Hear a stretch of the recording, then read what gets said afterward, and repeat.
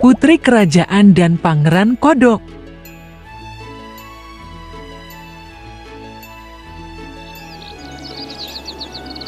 Halo teman-teman, kita bertemu lagi. Kali ini kita akan melihat cerita dari Putri Kerajaan dan Pangeran Kodok.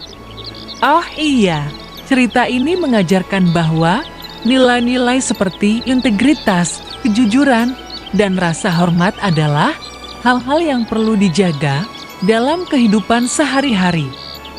Tidak usah berlama-lama, mari kita lihat ceritanya.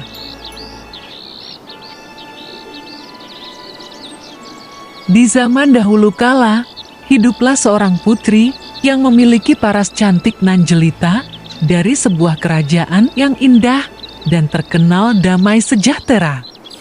Putri itu tumbuh dengan penuh rasa kasih sayang dan cinta, karena sang putri ini selalu dimanjakan oleh raja dan ratu yang merupakan kedua orang tuanya. Suatu hari, saat tengah bermain bola emas di halaman belakang istana, bolanya terpental masuk ke dalam kolam yang dalam. Putri kecil itu sedih dan bingung. Ia tidak tahu bagaimana cara mengambil kembali bolanya. Tiba-tiba muncul seekor kodok dari dalam kolam. Kodok itu tidak hanya terlihat biasa, tetapi juga bisa berbicara. Putri sangat terkejut. Bagaimana bisa seekor kodok berbicara padanya?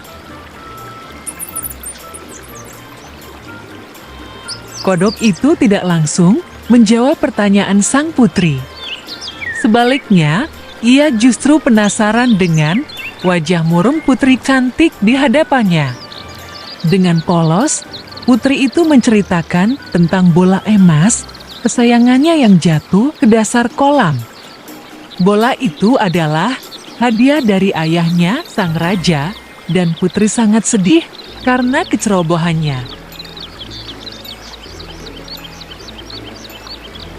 Mendengar cerita putri, kodok menawarkan bantuan. Ia bersedia mengambilkan bola emas itu dengan satu syarat. Putri yang sangat ingin mendapatkan kembali bolanya pun menyetujui syarat kodok itu. Dengan penuh harap, ia menanyakan syarat apa yang harus dipenuhi. Kodok itu ternyata memiliki permintaan yang sederhana. Ia ingin diajak masuk ke dalam istana kerajaan. Putri yang merasa permintaan itu mudah langsung menyetujuinya. Tanpa ragu, kodok pun segera menyelam ke dalam kolam dan dengan cekatan mengambil bola emas milik putri. Tak berapa lama, ia muncul kembali membawa bola emas tersebut dan memberikannya kepada sang putri.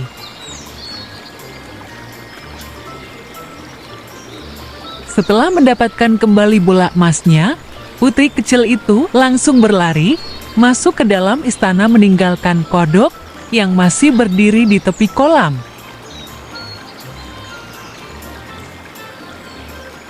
Kodok merasa sangat kecewa karena putri ingkar janji. Ia berteriak memanggil putri, mengingatkannya tentang janji yang telah diucapkan. Namun, putri hanya tertawa mengejek dan mengatakan bahwa ia tidak mungkin membawa kodok jelek seperti itu masuk ke dalam istana. Kodok yang merasa sangat sedih dan marah memutuskan untuk mendatangi istana. Dengan keberanian yang besar, ia meminta untuk bertemu dengan sang raja. Berita kedatangan kodok yang aneh itu pun sampai ke telinga raja. Merasa penasaran dan sedikit khawatir, raja memerintahkan agar kodok itu dibawa ke hadapannya. Setelah mendengar penjelasan dari putri dan kodok, Raja sangat kecewa dengan sikap putrinya yang telah berbohong dan ingkar janji. Sang raja kemudian memberikan pelajaran berharga kepada putrinya.